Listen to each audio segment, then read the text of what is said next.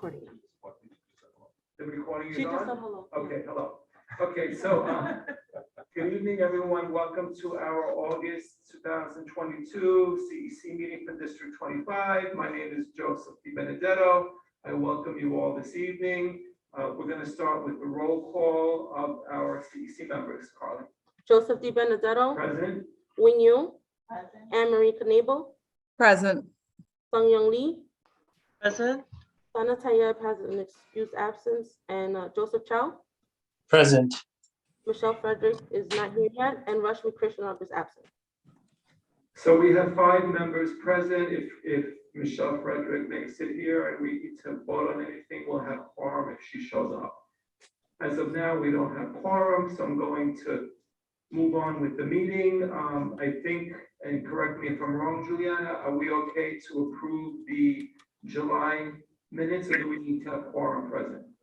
No, just like Anne Marie said, you don't really have to vote on them. Okay, so for those members who are present here, if you just would review the minutes from our last meeting, and if we have consensus on the approval, we can move forward. 1 second. Can you see it? Can I have members that are here see the minutes on the screen?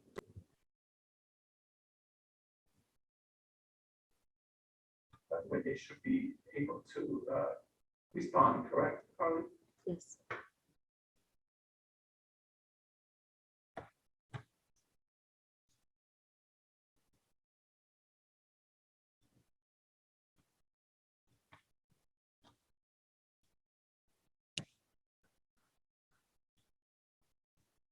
Keep scrolling. Okay, yes, Tell me. that's it. Good, Oh, right? that's it. I'm sorry that the rest is. So, do we have consensus on approving the minutes? I approve. Okay, so be it. The minutes for our July meeting are hereby approved. Once again, thank you everyone for attending this meeting. I hope everyone's having a great summer. Before you know it, school will begin. It's already August. So I hope you enjoy the remainder of the summer, but we are going to have a couple of speakers here this evening to discuss district planning, budget cut discussions, and we're going to start with our superintendent's report, but I'd like to acknowledge the presence of Senator Toby Ann Stavisky's office and Senator Lou's office. We have Nancy Escobar Portillo who's here in person. Welcome, Nancy. And we have Sujin who's here also. Sujin from Senator Lou's office. I'm not sure if either one of you want to say anything, but we always appreciate your presence at our meetings. Well, can I just announce one upcoming event, if it's okay? Sure, Sujin. Yeah, sure. Okay. Good evening, everyone. I'm Sujin from Senator John Liu's office. Just a very quick announcement. We will have an education town hall for students, parents, and community to discuss any issues and concerns related to New York City Public School. It's going to be on August 17, Wednesday, from 6 p.m. to 7:30 p.m. at Flushing Library. So if you have any questions regarding this education town hall, please give us a call at 718-765-6675, or you can send me an email at Soojin, SOOJIN, at johnlusenate.com. Thank you. Thank you, Sujin. Do you want to say anything, or Nancy, you're good? Okay, perfect. Wonderful. Okay, so we're going to, I believe we told the representative, Shane Miller. oh, From Senator Ong's Council President Young's here. His representative, Shane. Shane Miller. Shane, are you here? Hold on, he can't unmute. Let me find him. So we want to acknowledge your presence as well. Do you want to say any welcoming words to the community? Well, we're just gonna next month. I don't know if the State for College program is expanding to CEC 25, so we're going to have an event next month to kind of announce it and let everybody know that it's going on. So it's the program where the kindergartners get $100 in each bank account, in a college savings account. So that's been something that the Dr. Mike is telling me that they're part of our. Yeah, it's Oh, on. it's not this past year? Okay. Do you have a question, Wendy? No. Okay. Okay, so we look forward to that. Yeah, we can talk about it. I can come over to your office. We can talk about it. And Okay, so maybe you'll come next month and talk about it? I can come later this month. I can set it up with Carly. Sure. Okay, Okay, we'd be interested. just email me. Okay, I will, Carly. Okay, and I also see that Mikhail from Councilmember Palladino's office is here. Mikhail, do you want to introduce yourself? Good afternoon, everyone. Can you hear me? We can hear you. Welcome. Perfect. Thank you so much for having us. As you know, Councilmember Palladino is a huge advocate for our New York City schools. And if I could just let you know that we are launching a free backpack giveaway in the next 2 days for any students that need a backpack and a few school supplies. And in addition to that, we will be doing a school supply drive for our local schools. So just keep your eyes out for that, and I'll make sure to send it to you as well. Thank you, Mikhail, and thank you for joining us. I also see that we have a representative from Assemblyman Edward Braunstein's office who's here this evening. Irene, are you there?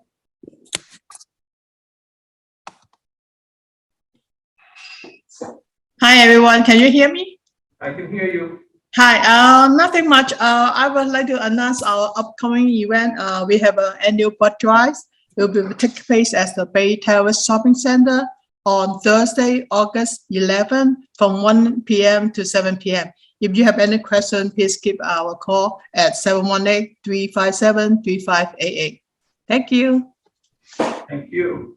So that the community understands, we always welcome our elected officials to our meeting, and we're pretty much honored that you're all here. So we thank you for your participation in our district, and we look forward to working with you, and we always appreciate your presence. So thank you all.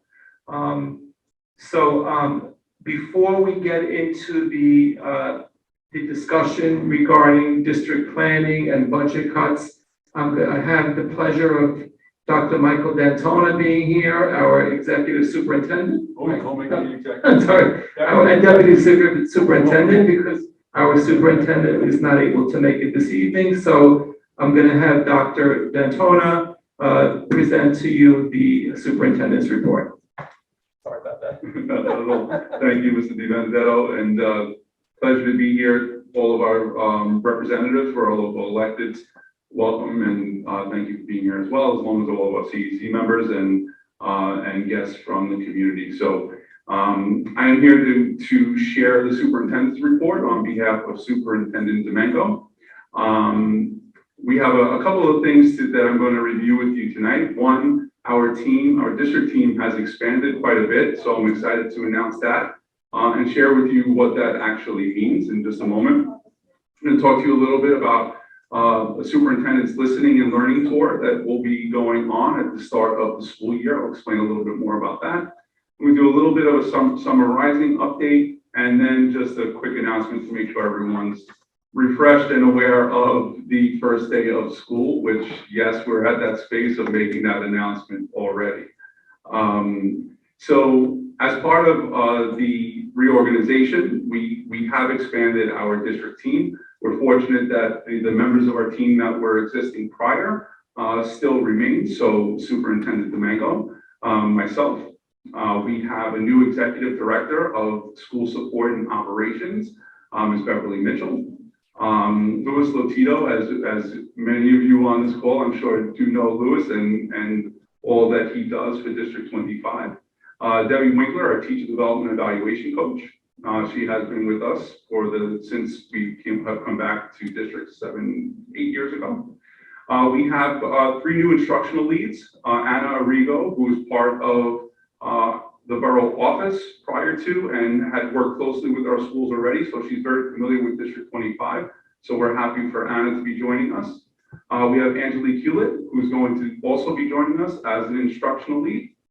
We have Melinda Willens, who has also worked closely with our district through the work of Civics for All. So we welcome Melinda, and I know a number of them that I'm announcing now are already in the audience. So I'm happy they were able to join us tonight as well.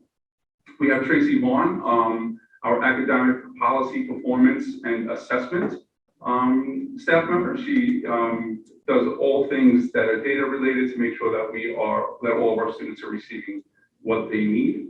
We have an administrator of special education, Nathan Yakubov. Our MLL services administrator, Rick Braun. We have a student services manager, Jordan Barnett.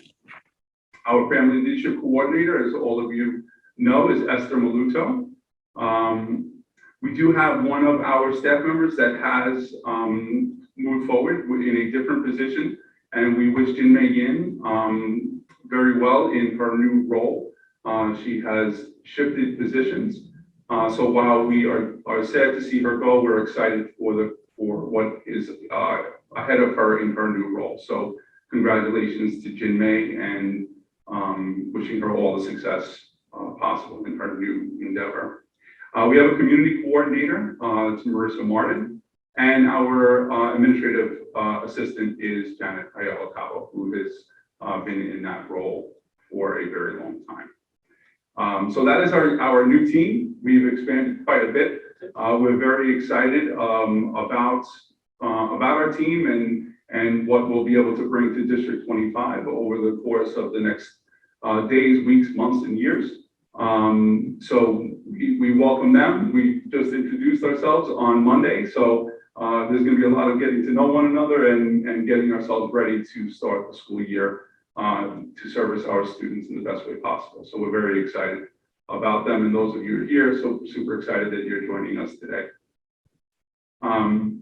So part of Superintendent Domingo's work is really making sure that the vision for the district is very clear and that everyone is aware of what those expectations are within that vision. But more so than that, part of this process, this listening and learning tour that Superintendent Domingo is going to be going on, is to learn some key things from the community that will help solidify and establishing it from a vision of the district to a shared vision for the community. So as many of you are likely aware, Superintendent Domingo has created a vision around strong roots, strong schools. It's been something that started 6 or 7 years ago and has continued to grow over time with the support of the community. And we're looking to continue to grow that work moving forward. So from many roots, growing as one community, empowering learners, embracing differences, and providing equitable access and opportunity for all is the backdrop of Superintendent Domingo's vision. And with that said, part of the work that she intends to do over the next few months is really to engage in a listening tour, where she's going to engage all stakeholders in the district to strengthen community engagement through town halls, parent chats. For those of you who've been in the district, you know that's been something that Superintendent Domingo initiated 2 years ago and has been something that has grown since that time. So we're going to continue those. We have a newly developed student leadership team and looking to build on that work through community partnerships. Within these town halls, parent chats, and so on, Superintendent Domingo invites any and all to come and share their feedback around district needs and challenges and things that are really successful to help make our district the best place that it can possibly be. So the goal is to listen and engage with diverse stakeholders that serve our District 25 community. She wants to be able to hear stakeholder perceptions of the challenges and opportunities for the district, building trust and collective shared vision of student success and empowerment, to establish and revitalize connections with families, employees, and community stakeholders, and the goal to share trends and observations and lessons learned with the CEC and community to align a strategic plan. So the goal is to gather all of this information from our community members to then support a really strategic plan for improvement that will be shared with the entire community and from the community. So What this will look like over the next few months, there will be listening and learning sessions across each part of the district. Superintendent Domingo is going to host focus groups with critical stakeholders that are going to include parents and students across grade levels, and additional engagements for students and families from historically underrepresented or families that perhaps have just not been as active in our community, looking to really bring out our community members as much as possible to gather some feedback. Representation from all employees and labor groups, families and caregivers of new language learners, students in temporary housing and special education students, other educational partners, civic partners, local, state, and elected officials, businesses, faith groups, public and universities, really to gather as much information as possible from our local community to establish something that is collectively driven, collectively shared vision for improvement as a district. When are these listening tours going to start? So we are in the process of organizing the dates. Those dates, and Louis, Mr. Lotito just put in the chat the link that will be accessible to all of our community with the listing of all of those dates that will be available for the public to see, access, and then participate in. Some of them will be virtual, some of them will be in person at various different times so that it's accessible to as many families and community members as possible. I'm sorry. Yeah. So are these going to be public meetings? Are they closed meetings? Or is the public invited to all? Absolutely, yes. Yeah, no, they will not be meetings that are closed by any stretch. The intent is to get as much feedback from the community as possible. So yeah, it will be something that everyone has the opportunity to communicate with. There will also be opportunities aside from that. Sometimes meetings are difficult, for folks to attend. We will have other versions of gathering feedback via surveys and the like. In the event that someone can't attend, there will be opportunity for voice in other ways if that is, unfortunately the case. So there will be a variety of different opportunities for our community to engage in the process with 3 specific questions that will be asked at each of them. What's going well across District 25? What needs to improve? And what advice do you have for the superintendent?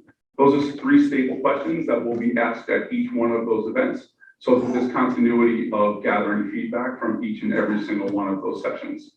So we're really excited to hear from our community and gather some of that information as it will help and support the alignment of our work with the Chancellor's pillars of improvement, which we are focused on doing as a district.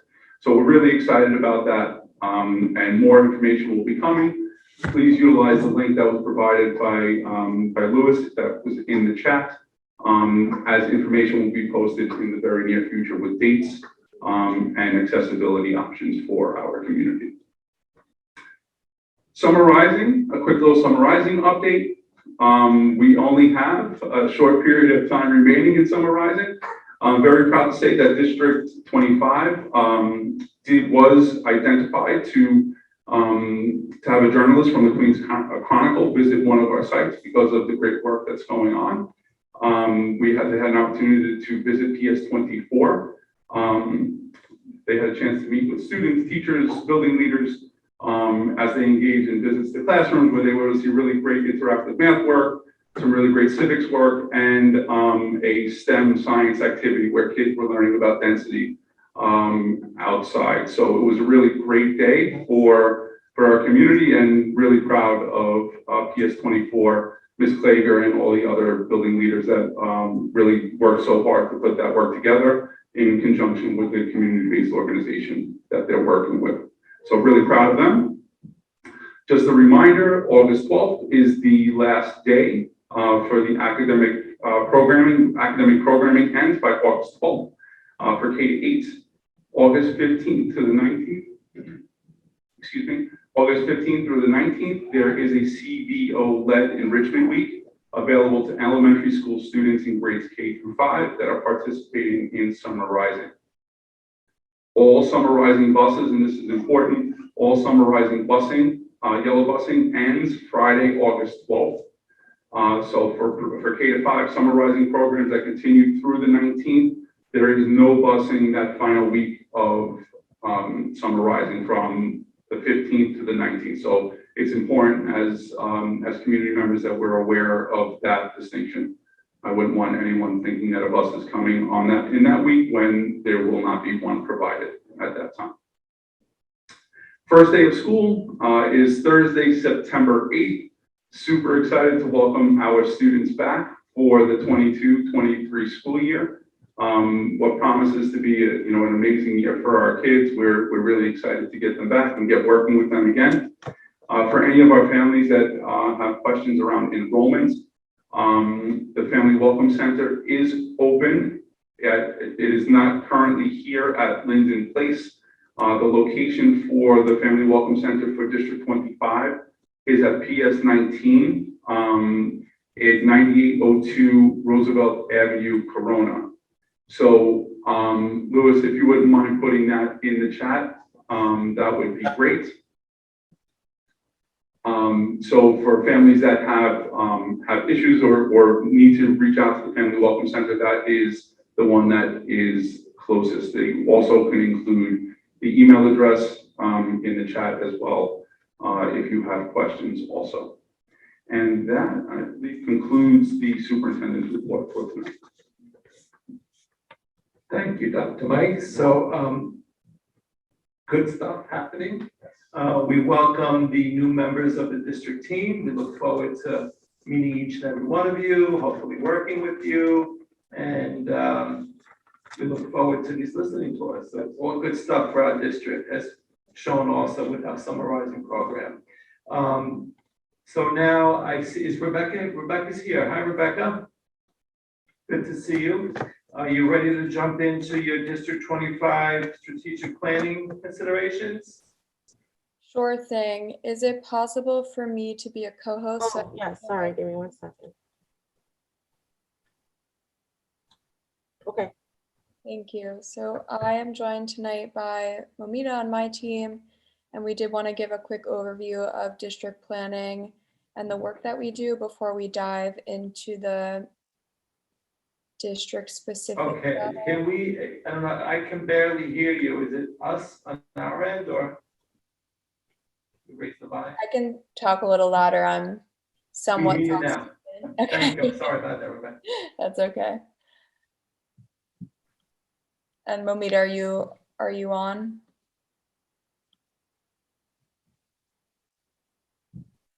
I saw her.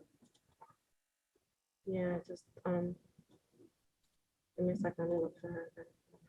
Oh no, here she is. Are you all able to see the PowerPoint? Yes.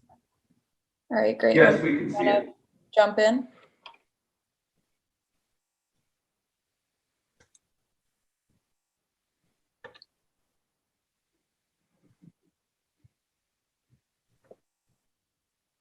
Momita? She's co-host, so I don't. Momita, you're on as co-host, so you'd be able to speak. She's on.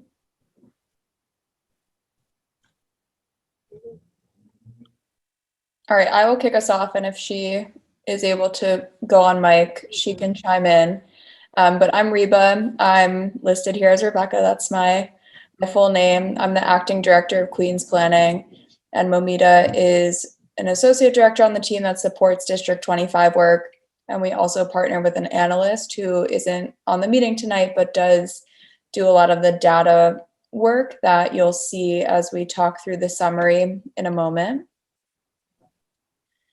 So tonight we want to share a little bit about our team and the data trends that inform our work, and to engage in a dialogue with the council and with the community members here tonight to hear what your priorities are, what questions you have about the data, and to see where we can partner moving forward. I know I've been here before. I've been working on the Queens team for a few years, and you all and the superintendent and her team are great partners, and we've really been able to collaborate and work to understand the needs in District 25, which is what we're kicking off tonight for the upcoming school year. Hi, sorry I got kicked off, but I'm back. Sorry about that. I jumped in. And No problem. put the baton here if that works. Sure. So just quick introductions. We're going to go through a few things on the agenda. My name is Momita Zaman. I'm Associate Director of District Planning, supporting the Queens and Bronx team at ODP. Go to the next slide. So just sharing some of our goals and giving a preview of what our office does. This might be a refresher for some folks and maybe new information for others. So the Office of District Planning is a central office that's committed to supporting students, schools, and communities throughout New York City with a focus on the following goals. We partner with communities to identify and address needs and priorities through the district planning process. Our work, our goal is to increase access to quality schools and programs through the opening of new and expanded options, efforts to increase diversity and integration, and zoning changes. We also work to improve learning conditions for students by addressing overutilization and school sustainability and partnering with communities and the School Construction Authority to create new capacity. Next slide. So what are some of the levers at district planning? ODP partners with school communities, CEC, superintendents, other DOE offices, and additional stakeholders to assess district needs and priorities and develop strategic plans to address them. So some of our levers include rezoning, unzoning, school mergers, school closures, creating new schools, grade expansions and truncations, school residings, charter school siting, including new programs and enrollment planning. Next slide.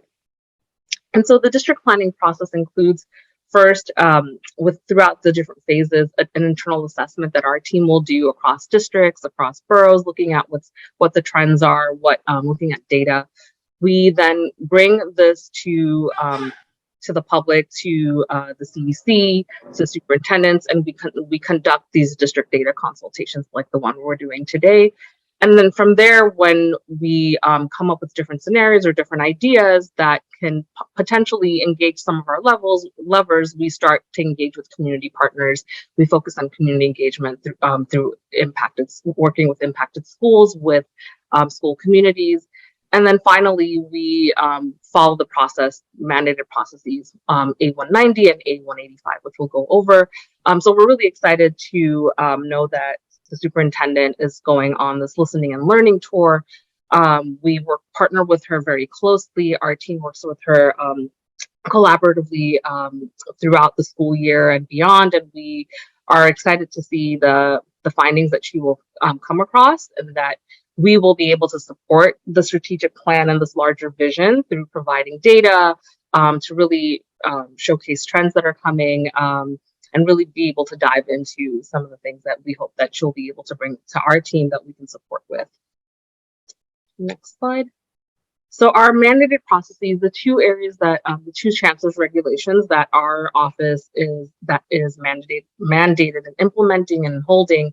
One of them is the A190, which governs the public review process for any proposal resulting in a significant change in school utilization. And that includes some of the levers that I just mentioned, like grade expansions and truncations, co-locations of new or existing schools, residings, mergers, and closures. For any A190 proposal, the DOE is required to publish what's called an Educational Impact Statement, or EIS, and when applicable, a building utilization plan, or BUP, for proposals that involve charter schools. We convene a joint public hearing with the CEC that includes affected school communities. And then from there, we gather all the public comments that are made and then provide information responding to those comments. That's published in what's called an analysis of public comment. And then finally, we arrange for the panel for educational policy, PEP, to vote on these proposals. Next slide. And the A185, it governs the process for changing the boundaries of geographic elementary and middle school zones. These changes are also known as rezoning or unzoning. A zoned school is a school where priority to attend is based on residence within a defined geographic area. Rezoning, unzoning is a collaborative process in which the ODP and the superintendent develop rezoning plans. And this is always in partnership with the CEC and the impacted school communities. And finally, this is where the CEC actually votes on these rezoning proposals. And that has to happen within 45 days after a proposal is submitted by the superintendent. Next slide. So now we'll jump into our data summary, which we shared out with the CEC beforehand, and we want to go over a few specific themes or sections of the data summary with all of you. So I'll kick that to Reba. Thank you, Momita. And while I pull that up, I just want to be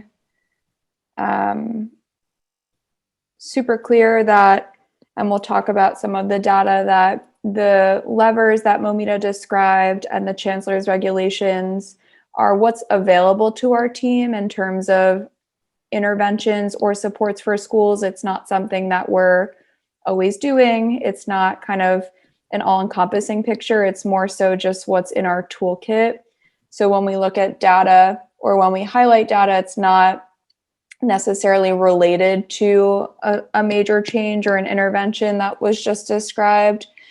So I don't want folks to think that we're here tonight to talk about any of the things specifically that were just mentioned, but more so to share what our role is in the work. And we'll also cover some of the data that's available to us to support some of that planning.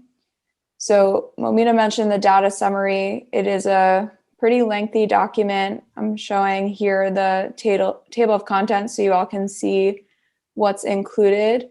We won't go through every detail. We want to highlight a few trends and a few points that we feel are kind of most relevant to our work in District 25, but we're happy to answer any specific questions or go to any pages that stood out to the council.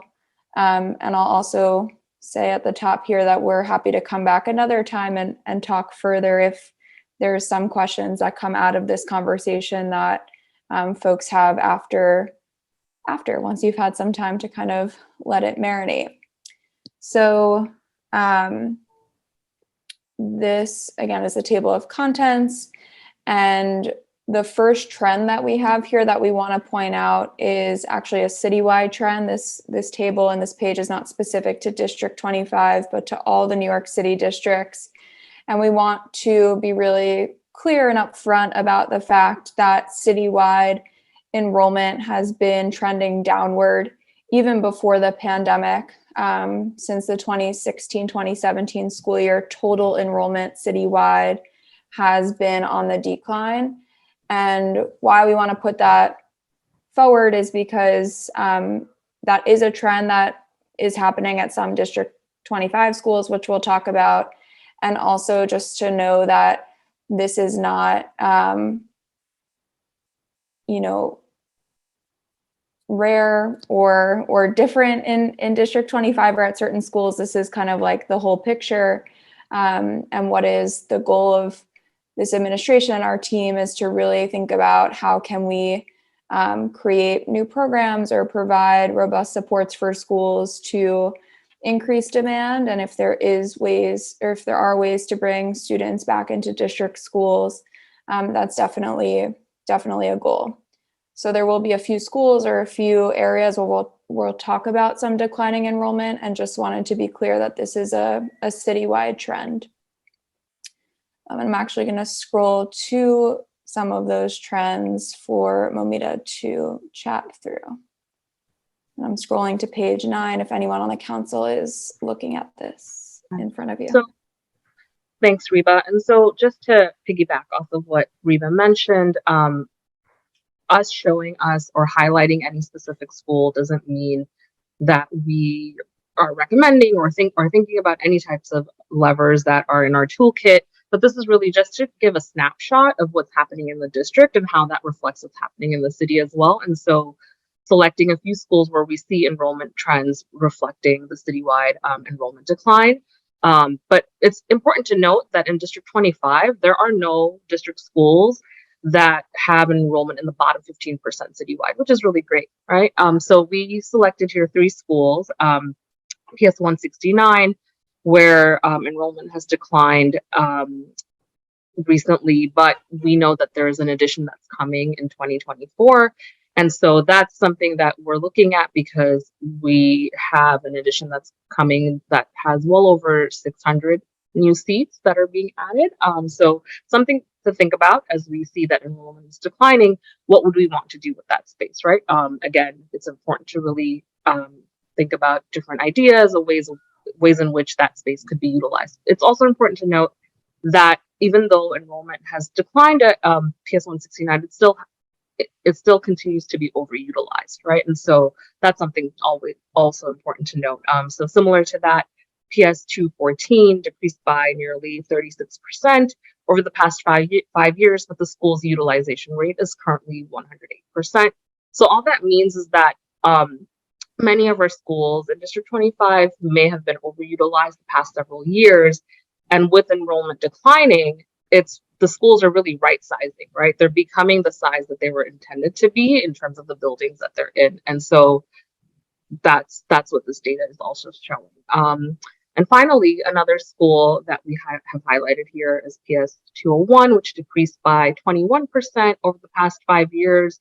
And it happens to be a school that is under 100% utilization. So we also want to think about the school and whether or not there are things that we can do to make the school more in demand. What sorts of options are there to help support the school as well? So these are our elementary schools that we wanted to highlight, and it shows you kind of like throughout the district, 3 different schools in different parts of the district. So moving on to the middle school. I'm sorry, can I interject one moment? Sure. Because I just, on one of the representations regarding 169, I know that's a co-located school with the middle Yes. school, right? So Yes. is that what you're getting into now? Yeah, we'll go Okay. into the next slide, which shows you the middle school that it's co-located with. And so that's 294, I believe. And so they're also, it's declined a little bit, still pretty stable. And so that addition will be for both of these schools. And, we want to think about that space and that addition that's coming. And so we still have some time to discuss and to think about to support create like the usage of that space.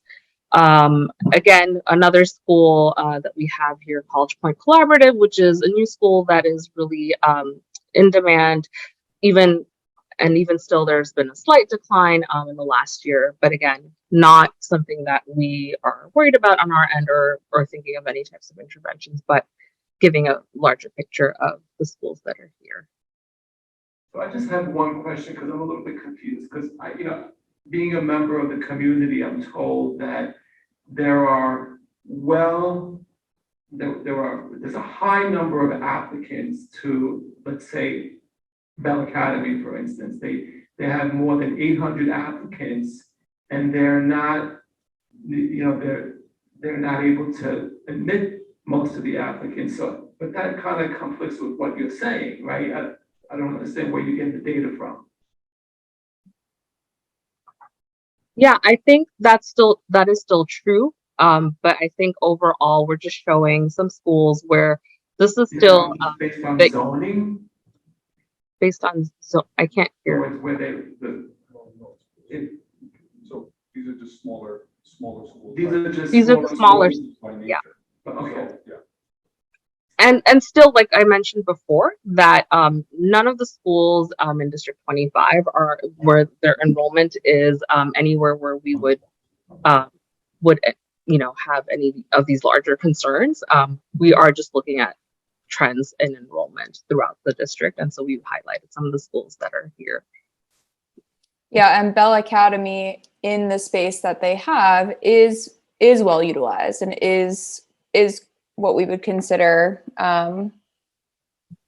crowd. I don't know if crowd is the right word, but we would consider them to be like in high demand, like you said, Joe.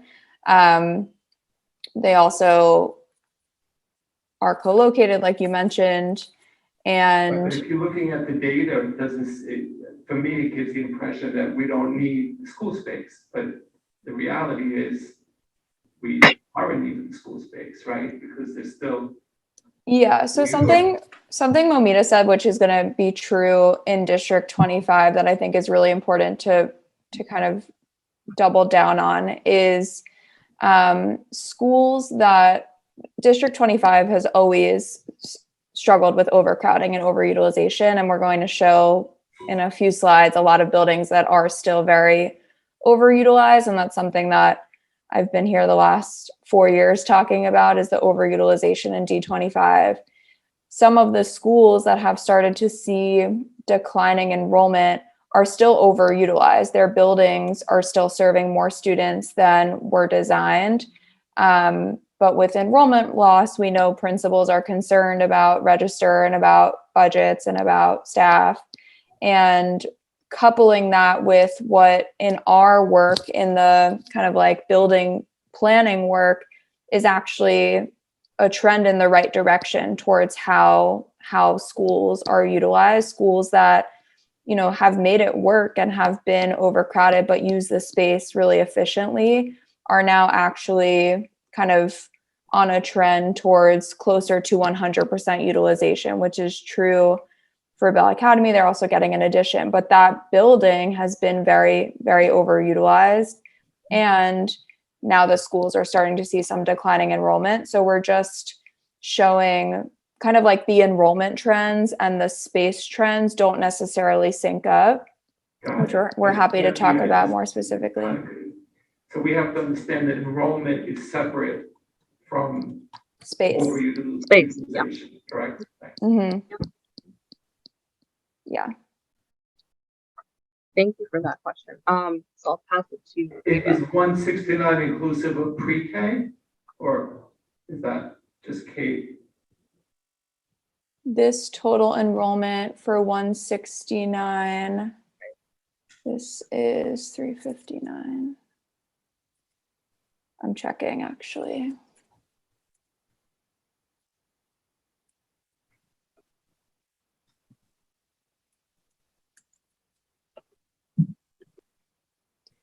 Yes, this is inclusive. Well, 169 doesn't have a pre-K program. So But- they did have a So, pre-K, right, but so I think that- they moved temporarily, right? Is that Mhm. my understanding? Yeah, so they moved their pre-K program to remove the TCUs and build the addition. They moved 2 sections of pre-K out of there in 2019, which is probably actually a cause for part of this dip. So that's context that we can add to the notes here, that this isn't a total dip in K to 5, but pre-K to 5, and part of that was part of our planning.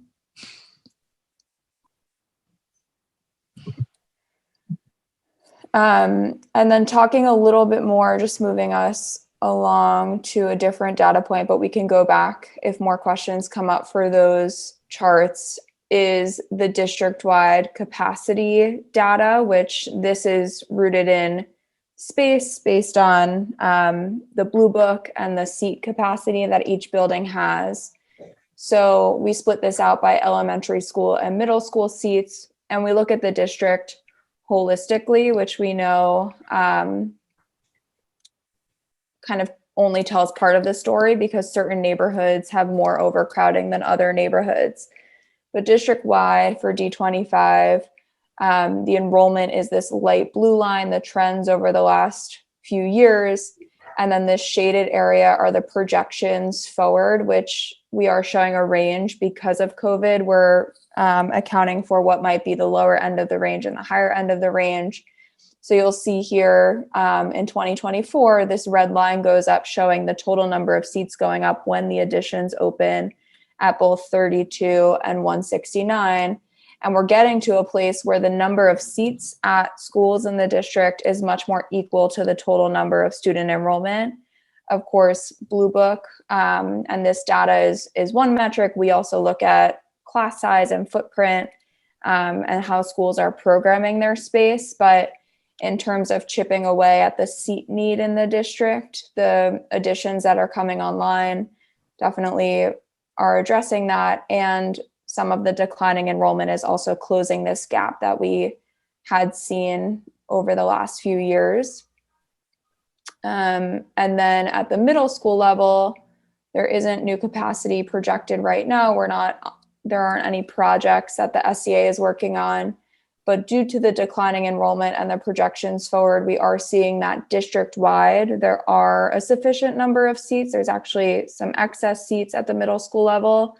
But again, that's the whole district picture and doesn't account for what you pointed out, Joe, the higher demand at certain schools, and also just the difference between some neighborhoods that experience more overcrowding, which we will point to when we look at specific buildings that are overutilized. But this is that seat picture, and it's based on the School Construction Authority's Blue Book. Understood. Just one other thing for clarification on the prior page 16.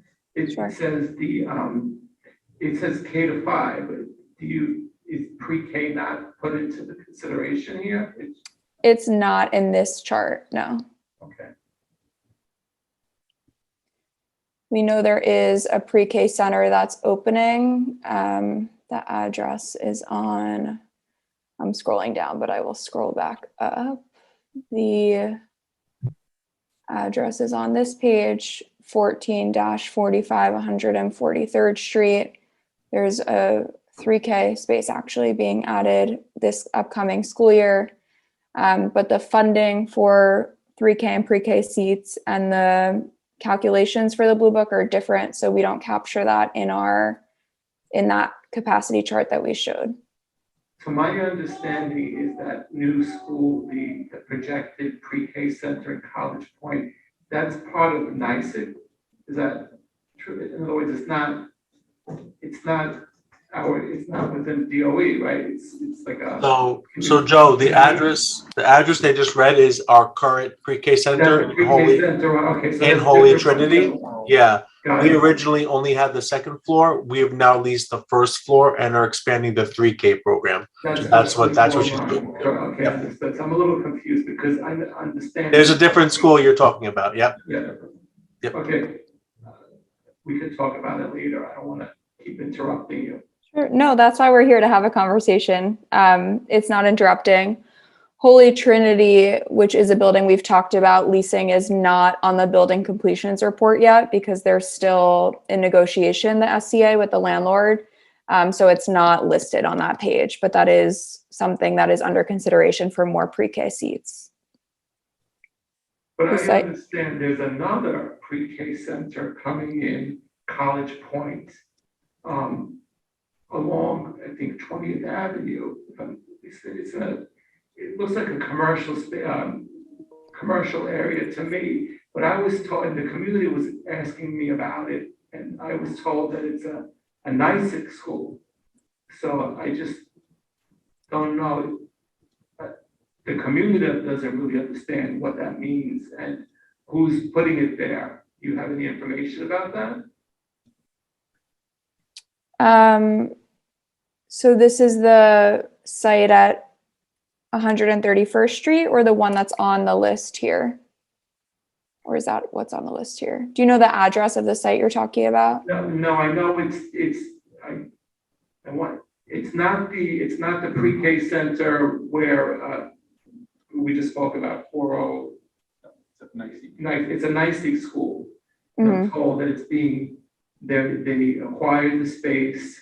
The community is asking questions about it because it's located, I don't have the exact address, but it's located in the vicinity of the Target shopping area. So I'm assuming it's 20th Avenue, right? But I was told that it's nice building the school there. So the community really doesn't understand what that means. Sure. Okay. Yeah, I don't know the site you're talking about. I can dig into it and get back to you about. I'll find. I'll give you the exact address because Okay. Yeah. If you want to forward me the address either now or after the call, we can look into it. The SCA and the DOE definitely partner to address demand for 3K and pre-K, both in district schools and through NYSEGs. But typically we don't list those NYSEGs here. We're listing the schools that are in the district's purview. And I'm not familiar with that one, so that makes me think it is a NYSEG, but we can get more info and. I'll try to get the address now. Sure. Okay. Thank you. So I had scrolled down near what I wanted to talk about, which was overutilization at some of the D25 schools. So this actually tells kind of a different story than what we were talking about earlier with some of the declining enrollment. But again, some of these schools that have been very overcrowded for years are starting to move a little bit closer to 100%. The Blue Book is delayed. It doesn't update. It's a year behind. So this is the 1920 Blue Book with 2021 enrollment. So it doesn't capture enrollment this past year. So utilization, which is listed here from the Blue Book, is one metric that we look at for a space. If we see a building that is really overutilized, we're looking into it and trying to understand why. But oftentimes that number is not totally representative because it doesn't capture the special programming that principals are doing to make their space work. And it also does lag. So an example I can give, just looking at this list at the top, 242 is an early childhood center. It's a pre-K to 3 school, which the Blue Book doesn't account for how those programs have smaller class sizes. And it also is a school that has seen a 10% decline in enrollment over the last 5 years. When we look at it, it is 2 rooms short of what their footprint should be, but they have sufficient space for their students. They're just programming more creatively than the kind of the Blue Book and the footprint outlines. That doesn't mean that they're not overcrowded and that we don't want to make attempts to bring this number down, but this 196% number doesn't reads as though the school is busting at the seams and really doesn't tell the whole story of what grades are in there, how the school is being programmed, the smaller class sizes that they're using, and things of that nature. So there's this list. A couple of these schools are high school buildings. A few of these are building codes that don't necessarily match DBNs. Like 707 is the Robert F. Kennedy School, and 23 is Queens Academy High School. So a few numbers on here that might not look super familiar, but I will say again that 32 is getting an addition. So this number will come down. We mentioned 169 is getting an addition. So this number will come down. There's been a removal of the TCUs at 79, and there's definitely kind of a chip away at these numbers, but don't want to shy away from the fact that District 25 is generally a district that has a lot of overcrowded schools, and we're here to hear from you all and to get feedback on if there are any major space concerns or things that we should be thinking about. We also work really closely with the superintendent, and what she has done a really great job at, and the D25 principals have really done a great job at, is using the space that they have creatively to make it work. And these schools, even though they are overcrowded, are very popular and are in high demand, which is partially what makes them overcrowded, because the principals do such a good job at that.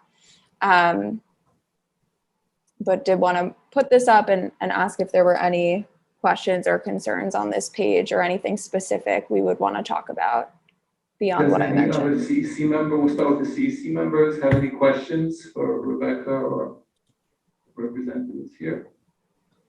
And if not, then we'll go to the public. Okay, and then just one more data point before we turn it to general questions that we did want to highlight is on page 23, and I'll let Momita wrap us up on the... Yeah, and that's our District 75 seat need and capacity. So the table on top shows the capacity in the district across different grade levels, and then the number of residents. And so we do have a deficit in District 25 in the elementary school level, about 104, and in high school 163. And you see at the bottom, the chart shows that over the past 2 years, an increasing need D75 seats, we see a trend that's increasing the number in terms of enrollment.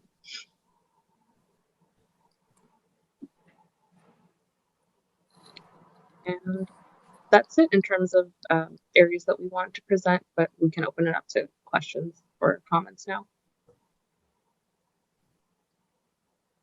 So I don't know if the public could see that. So the number of elementary, middle and high schools in District 25, we need District 75 seats has increased over the last 2 years. Is that what it states?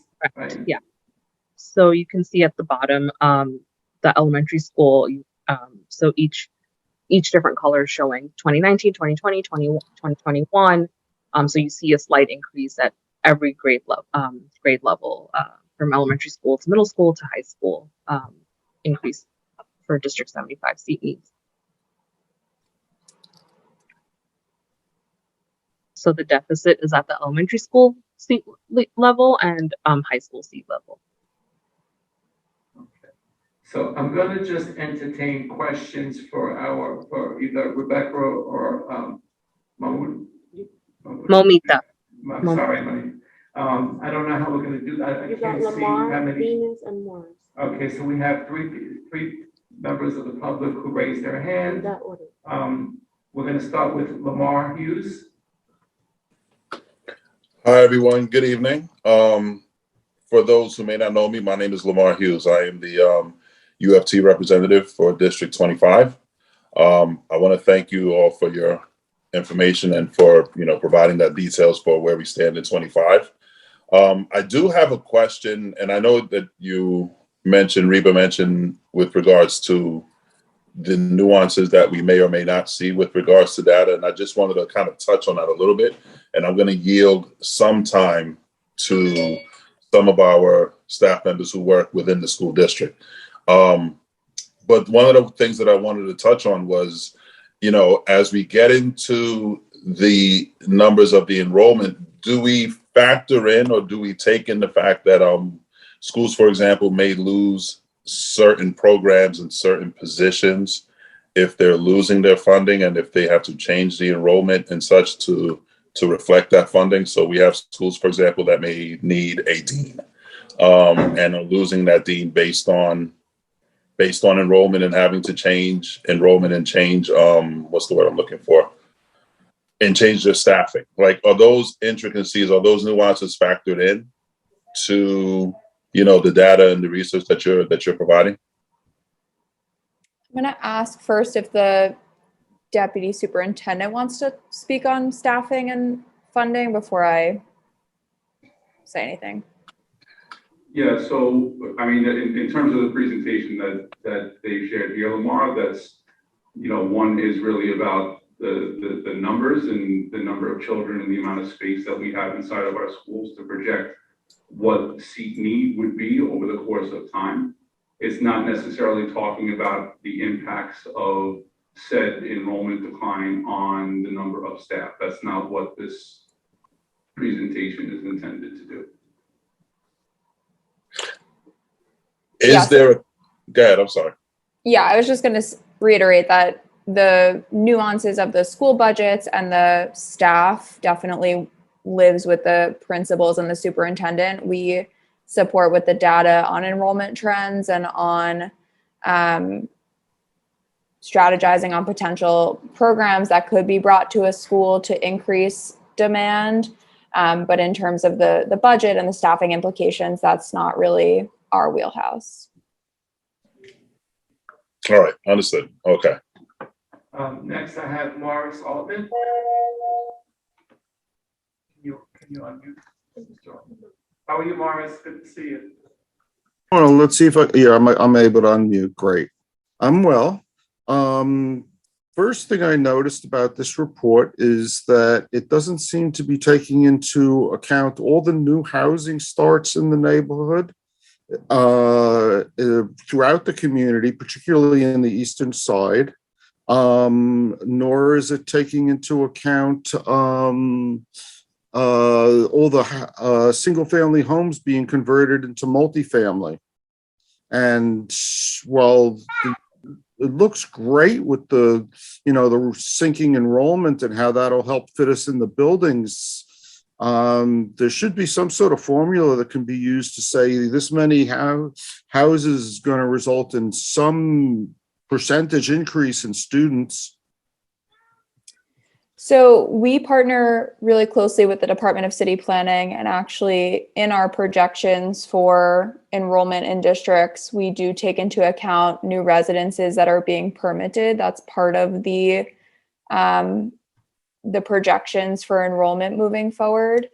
I don't have the nuances of the formula, but if there's interest there is also some on this other page that I didn't highlight, some funded seats in the district in areas where we do know that there is still overcrowding or new students that we project to come online to the district. There's definitely an effort to add more seats in these two sub-districts listed here. They do have funded seats based on some of what you just described. Yes. But we, like I said, we have that data and it is a part of our formula. And what you just mentioned, the context of like certain parts of the district, you said the eastern part, that's also kind of what we come to you all for, to supplement the numbers that we get from city planning with the kind of anecdotal data that the community can provide on where you're seeing this construction or where there might be concerns. And then we can dig deeper and talk about how we should plan for that. Great. So I appreciate the comment. That's why I spoke up. And of course, Great. none of us can really tell what's happening with illegal conversions, and we know there's a lot of them. Mm-hmm. The other thing is I didn't see anything mentioned about the new smaller class size law. So the law has not been approved yet, which is why we haven't updated our data to reflect it, or it hasn't been voted on. We're definitely staying close with the folks at City Hall and at the state level to be kept up to date. We do have some numbers here about what those class sizes would be, and we're definitely taking that into consideration in our planning. But there will be a citywide strategy when that law is passed, and we can come back and talk a little bit more about what that looks like. It hasn't been signed into law, so we haven't made any determinations about what the next steps are at this point. Okay, well, there's two different challenges depending where you are in the city, and it's even true in this district probably. There are schools where you could probably seat a few more classes. And then in this district, mostly that's not true, and you're going to need to use the other strategies, such as what the DOE and the union have talked to each other about. There's no agreement yet, as he said, there's no law yet, but to the idea of possibly more than one instructor in a classroom. And that doesn't take anything as far as what you're doing. Yeah, so we'll be definitely part of that strategy. And we'll also partner closely with the superintendent. I will just add that the one other piece of the legislation that I know about is that it is, even though it's this overnight thing, if it is approved that it would start to be implemented, the goal would be for this to happen over 5 years. So we would definitely talk more about kind of what we can do immediately if there is spaces to open new classes, like you mentioned. And then if there are other kind of longer term plans that we would need to implement, that would be District 25 would definitely be one of those districts where we need to have a more innovative strategy than just opening more classes because of the limited space. Yeah, I think District 25 is very different from the rest of the city in that respect, so. Yeah. I know there's other information that needs to be also added. There is that Water's Edge project that, I don't see anything here about that, but maybe it's too far ahead.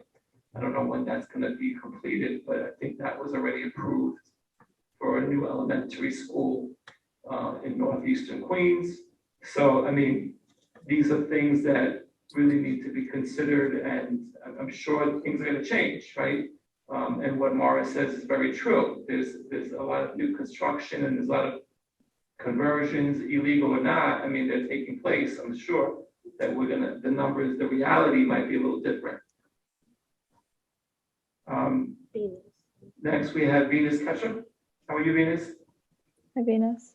Hi, Reva. Good evening. I was inspired to ask a question during this portion of the meeting. I'm listening to the data. I came in, I don't know where I came in on the data, so I probably missed the very beginning of the presentation when it was talking about enrollment numbers, because I attend CECs across Queens mostly, and some in Brooklyn. I was just in person in Brooklyn, District 23 on Monday. So to hear the numbers presented this way is something new, right? As far as I heard this presentation in District 29, which is the most struggling school district in Queens and has consistently been for the past 11 years. And they often before the pandemic suffered with under enrollment, and they're continuing to suffer with the impacts of loss of enrollment. And I just hear the huge slant in how it's being presented here in District 25, where there is indeed a loss of enrollment in this district as well. But because this is an affluent district, because this is a successful district, because this was a extremely overcrowded district, it's being worded as a benefit, right? Parents are leaving the district, but it's a benefit because we were overcrowded anyway. But it's still a concern, why are parents leaving the city as a whole, including District 25? And then I also heard 201 mentioned, which is such a coincidence because I spoke with the superintendent about 201 a few meetings back publicly, and she suggested that I reach out to the principal, and I did speak with the principal about the lack of enrollment in the predominantly Black and schools of color in the district. So I definitely want to lift up that concern, my personal concern about the disparities and the discrepancies across District 25, the same way we have the issue in District 28, the South Side versus the North Side, which is Forest Hills and Rego Park. It sounds like a similar issue in District 25 with Cominac and the certain housing facilities within District 25 versus the more affluent parts of the district where the enrollment was already at 150 capacity. So going down to 100 sounds great, right? But there are also quite a few schools in the district that are under enrolled. And what are we doing as a community to fill those schools with programming that will have those schools enrollment increase to even 80, 90, and 100% like the other great schools in the district. So I just wanted to highlight the discrepancies and the disparities within District 25. And again, I'm a product of District 25. I grew up in District 25. I went to PS 154 and Parsons Junior High School, now RFK Junior High School, where QSI is housed. So I know a lot about the district. It was just very interesting to hear the data and to hear, I've never heard the wording so far of, we've lost enrollment, but it's great because our schools were overcrowded. I'm sure I'll hear that in 26 as well. I was on 24 as well. So wherever Reva goes, I go. But it's just, I've never heard it worded this way before. So it really didn't alarm me, but it was like a stark difference than the presentation that was done in Queens District 29 or Brooklyn District 23. So I just wanted to mention that. And then I still have comments to speak during the public comment time. Thank you. That's it. Thank you, Venus. Understood. So listen, just interesting because I was reading a comment by Mr. Altman. He indicated that many of the kids that leave the schools in our district probably go to the parochial schools, and maybe it has something to do with the pandemic as well. One thing that we did include in here, and I thank you for your comment, Venus. It's always great to hear from you, and I definitely want to say that. Or clarify that I think enrollment loss anywhere is an issue, and it is something that we are citywide wanting to address. It is the priority of this chancellor and this mayor is to address the citywide enrollment loss, including in District 25. The point I made about utilization is mixed in that it is, I think, good that some overcrowding is being addressed and that the utilization numbers are maybe not as drastic as they once were. but not at the loss of students out of the system. I think what we really want to see is kind of an equalization across the district where possible. And I appreciate the point you made about 201 also. And I did want to pull up to the point that was just being made by Joe and by Mr. Altman in the chat, some data that we haven't historically included in these data summaries about student discharges and where they're going. So we have 2 pages here, pages 6 and 7. The first one showing just the total number of residents in the area. So again, enrollment loss because, or at least one of the reasons being that less K-12 students live in District 25 than they did 5 years ago. But then the split here of where, oh, this is not the one I want to show. This is the one I want to show. The discharges increasing more recently over the last couple of years, that there's less residents, but also more students leaving the system. And this second chart, which shows where they're going. So a lot of families, to Venus's point, leaving the city just in general, moving away. But then to Mr. Altman's point, the enrollment at some non-district schools, there definitely is an increase, or was an increase between 2019 and 2020. So with the beginning of the pandemic, to students enrolling in non-public schools. So parochial schools are in that bucket. In District 25, some increase in homeschool. So kind of same thing. We can definitely see this spike over the last 2 years in that data. Not really so many charter schools in this. There aren't charter schools in this district, and not really students going to them. But this data kind of exemplifies what you all are speaking to. Students moving out of the city, and then the students that also are not moving out of the city, but are moving out of DOE schools. Understood. So next we have Joanna Panagopoulos. Thanks, Joe. Hi, Hi, everyone. Joanna. How are you? Good, how are you? Well, thank you. Reba, I just had a question because I just wanted some clarification. And please forgive me if you already spoke to this. I was just trying to really comprehend it. I know the data that you presented shows 196 capacity for PS242. I work for PS242. So I'm just trying to better understand how the formula on this capacity is determined. Just being that we are a small school, and yes, we have seen enrollment loss the last couple of years, specifically for the 2022-2023 school year. I just want to better understand how we're at such a high capacity, being that our enrollment, is a little lower than I would say other schools who may be their class size may be a little larger. Sure. I'm sorry, I know I'm talking a lot. I can respond to this, Momita. Is that okay? Okay. Or do you want to? I realize I'm just jumping in. I'm sorry if I used the wrong name. Sorry about that. No, you use my name. I'm trying to facilitate and hear Momita too. I pulled back up on the screen, Joanna, the different class size regulations, this table on the chart on the left being the Blue Book max capacity, and then the max class sizes from the UFT. And you'll see the UFT maxes, which you might know, are larger than what the Blue Book calculates for. So the Blue Book calculates for lower class sizes for grades 3K to 3, which is what your school has. But the building itself wasn't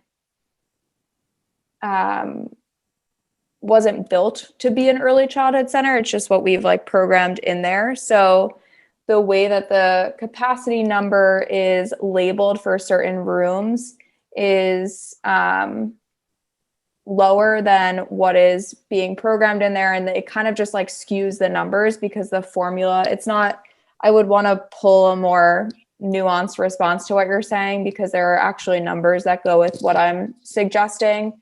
But your school is not overcrowded. We definitely see overutilization of this space, but rooms that were assigned to be 3K rooms and to program 15 students that maybe are kindergarten rooms and that have 25 students are seen as very like overutilized rooms, even though they're not necessarily in practice. So it depends on kind of how the blue book and the actual like floor plans of the building label each room and what it was intended to be used for. Right. And then when we use it, that's why District 75 also really skews the utilization numbers at schools sometimes, because if a room was meant to be a full-size gen ed classroom and have 30 kids, but it has a full-size 8-section D75, it looks like it's underutilized, even though the classroom is being fully used. So that's why that number is kind of not arbitrary, but doesn't entirely match like the programming of the early childhood centers. Okay, great. Thank you. That does clarify that for me. Thank you very much. Understand, Joanna? Thank you.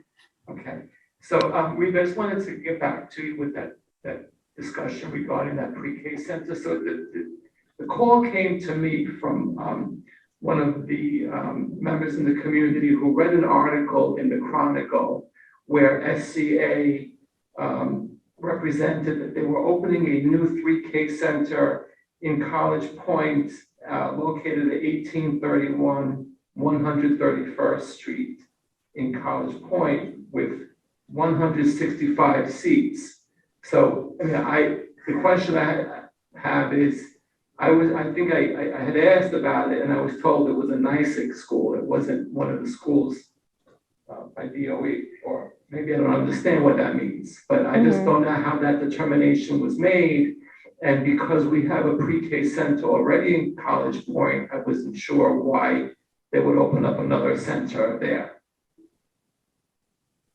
So if you can look into that, I don't know. Yeah, I'm gonna have to look into it because I don't know offhand, and I'd want to talk with both SCA and the folks at Early Childhood, but we can definitely get back to you on. Okay, appreciate it. You have the address, right? 1831 131st Street, right? Yes. We'd appreciate that.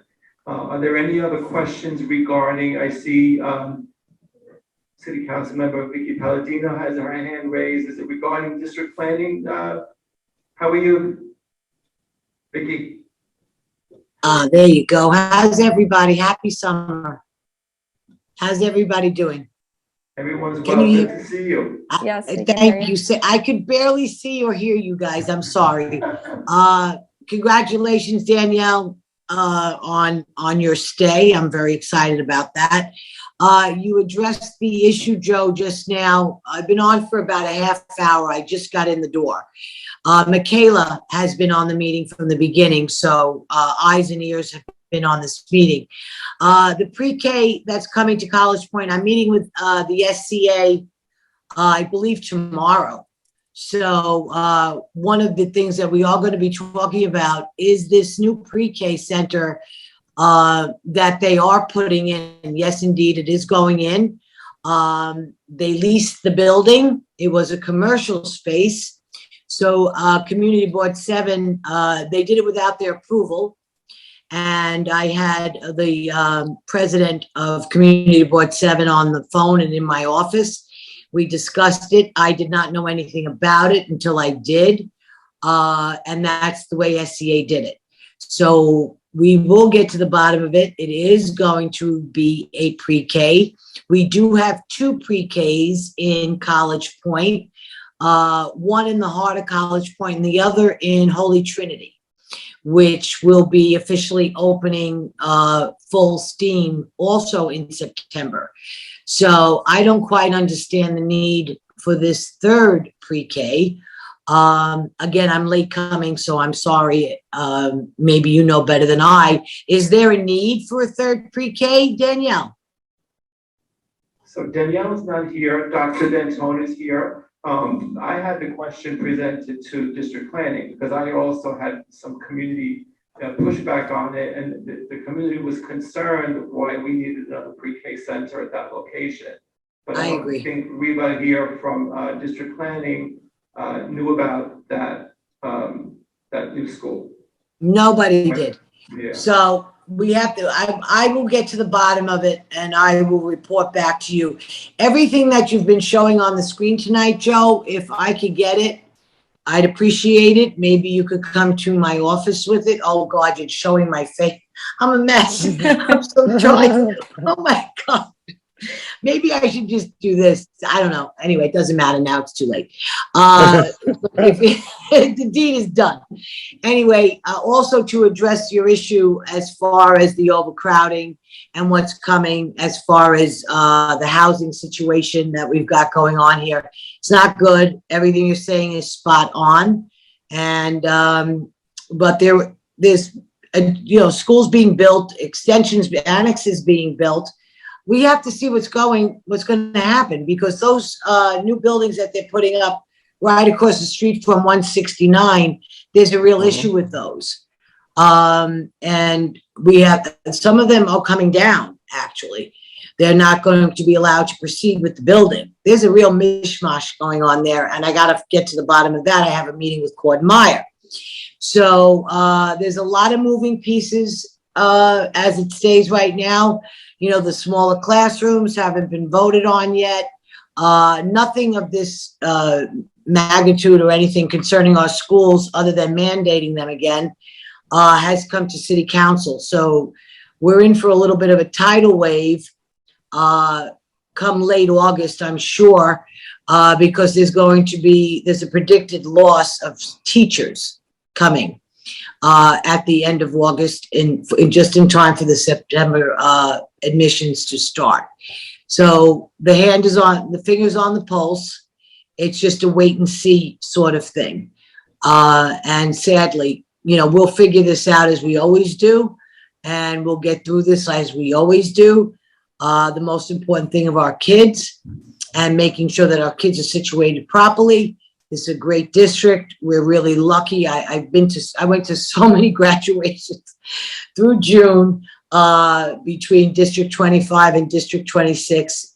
It's been great. I've met just about every principal that deals with me in my District 19. It's been great. So we'll see what we're going to do about that pre-K and figure. So listen, the documents are on the website at D25 that Michaela can get, or you can let me know if you can't get it. All right. D25.nyc/CEC. All right, Michaela will will get it to you. I just wanted to comment one thing about that new pre-K center as well, and I think Dr. Mike here can agree with me. If it's not part, what you want to comment? Yeah, so Reba, just for clarity, because it's a NICE, it wouldn't necessarily be part of the District 25 footprint, as it's not a District 25 school, correct? Correct. And I do want to say that Superintendent Domingo had the same questions that you all do about when we spoke with her last about the demand and whether there is a need for these seats. And we have been looking into that. We put in a request to early childhood to get the demand numbers and to make sure we're answering where they're projecting these students to come from and what the demand is. So just want to highlight that you all are in sync on that, and we're looking into it. So would you be able to look into NICE's determination on that? Because it doesn't look like it's in your jurisdiction, right? I mean, the DOE, even though, so we'll get whatever we can get, even though NICEs are not DOE schools, they are partially funded by the DOE and definitely supported by the early childhood division at the DOE. So they're the ones that are assessing the demand and definitely own some of that data. So we should be able to pull at least what is informing whether it's the funding or the kind of demand for new programs. And we'll be sure to share that with you. It's something that the superintendent requested recently when we started to go through this data with her. So it's already kind of in our pipeline in terms of data requests. Okay, we certainly appreciate it. Thank you. Sure. I'm not sure if there are any other questions for Reba here or Momita. If they're not, then I want to thank you for your participation. I don't think, Councilmember Palladino, did you raise your hand again, or you just? I'm looking at you, okay. Giving a wave. Okay. No, thank you. All right, so thank you, Reba, thank you, Momita, for your presentation. I'm sure that we will continue to follow up with you, and we really appreciate the impact and the feedback from the community. I'm going to move on with our agenda, which may be partially related to what we just discussed. We have the pleasure of Mary Vaccaro, the UFT Vice President of Education, here with us today, and she'd like to talk about some budget discussion. So I think you need to come to the front here so we can see you.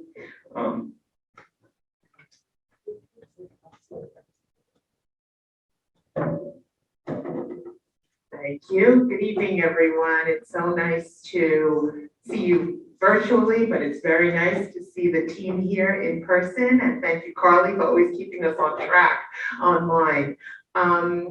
As President Benedetto said, I'm Mary Vaccaro, the Vice President for Education for the United Federation of Teachers. I have some remarks so that this way we don't go on and on, because I know this topic. I see Lamar Hughes, your district rep, on, and we can go on and talk about how the budget cuts are going to impact.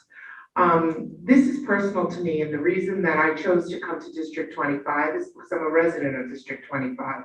So this will have an impact on the schools within a community in which I live.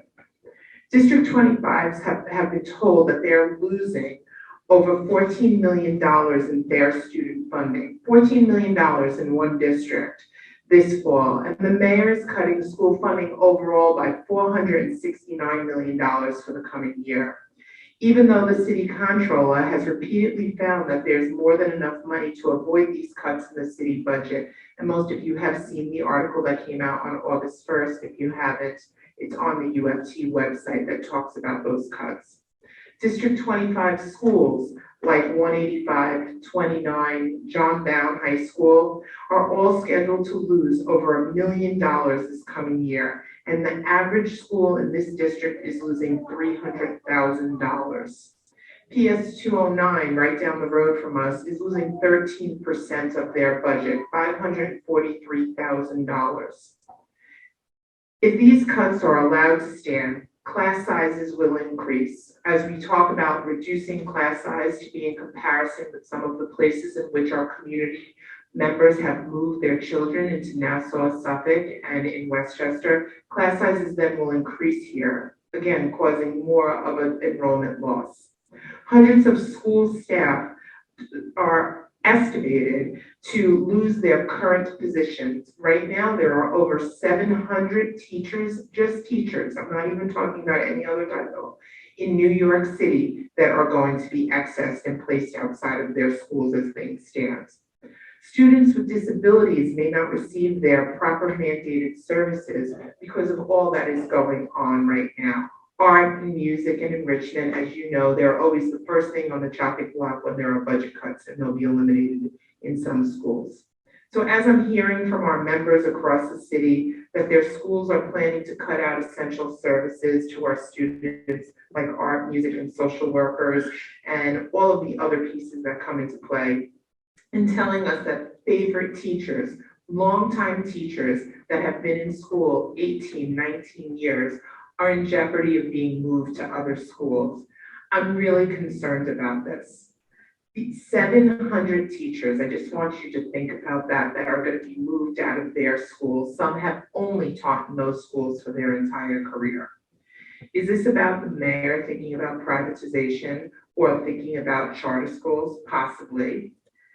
We're happy to report that the superintendent and your deputy superintendent have assured us that teacher centers in your district will remain intact.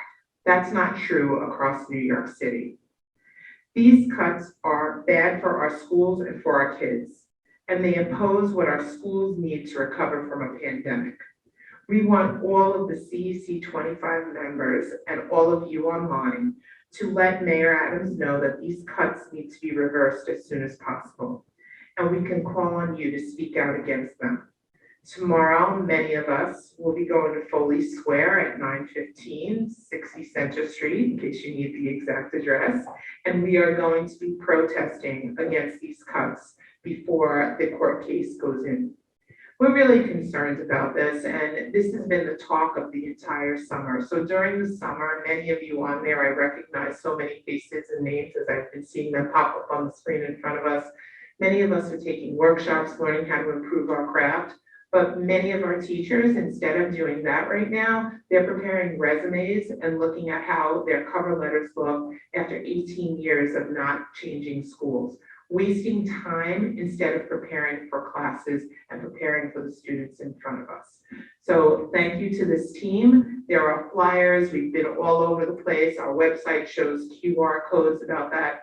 But really, this is a union issue, but it's not just a union issue. It's an attack on our public school system across New York City and will only increase. And I'm so glad that I came on after we talked about all of the changing and how you're looking at how the numbers are and enrollment numbers, because this will only cause a decrease in enrollment as we keep going forward.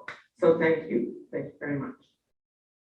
Thank you, Mary. Don't leave. We may have some questions or comments for you, but it's interesting because, as a member of CEC for 25, we've always focused on expansion of school space. And we've never really looked at, from your perspective. And, I always said, look, let's get the schools, and then we'll figure out with the teachers. But it's a real problem. And, I'd like to, hear some of the feedback, and I see that our council member Vicky Palladino has raised her hand. And so, you have a question or comment regarding the funding? Yes, I do. First of all, the funding that's being cut, I realize the UFT is really pleading its case out. I understand it, but I also have some questions. We got funding from the federal government. The numbers fluctuate between 620 million and 800 million. Where is that money? I also want to know how the money is going to be divvied up from the state. 1.25 billion is coming down to the city. So no offense to the UFT, but you're the most powerful union in this city. We need to make an accountability of where this money is being spent. I'm in favor of the mayor's budget cuts. And I have a real problem with what the scare tactics that the UFT is using. So I need this to be, I want the money accounted for line by line. That's an awful lot of money. Our school budget is $37 billion right now, which is the highest it's been since 2017. 2017, we were somewhere around 2018, we were somewhere around 30 billion. Then we went to 33 billion. Then we went to somewhere between 35 and 36 billion. I'm in city council now, it's $37 billion with $1.25 billion coming down from upstate. And where is the money from the federal government? Please do not use the scare tactics here. Okay. Our schools are very heavily funded right now. Cut out the pork and give it to our kids. Let's find out where the money is going. Let's talk real numbers. The UFT, sorry, I have a real problem with the UFT. So, thank you. Councilwoman Palladino, first of all, I have been to many of these meetings and we usually don't attack each other for the organization. I'm not attacking you. I am attacking, I am not attacking you. What I am doing is I am asking you. Councilman Palladino, excuse me. I just want to explain to you that we are not using scare tactics at all. There are 700 teachers that have received letters telling them that they will be in excess from their school. That is fact. I can send the names of the 700. You do that. I'd like to see those names. Yeah. And not only that, what are you going to do about the teachers? You have to set up a meeting with Lamar and I, because I'm sure you've been meeting with Lamar on a regular basis as the other city council members have been meeting with our district reps to discuss this. And we would be happy to show you all of that information, including our data points. So happy to do that, happy to show you real names, happy to even show you their resumes in which they've applied, happy to talk about the freeze that happened last week, which was public, by the way. That came out right there. The city council got information that it was frozen, that new teachers couldn't be hired.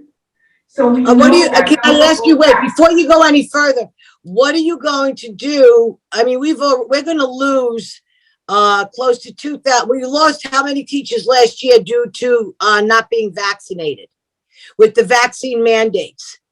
My office is being flooded.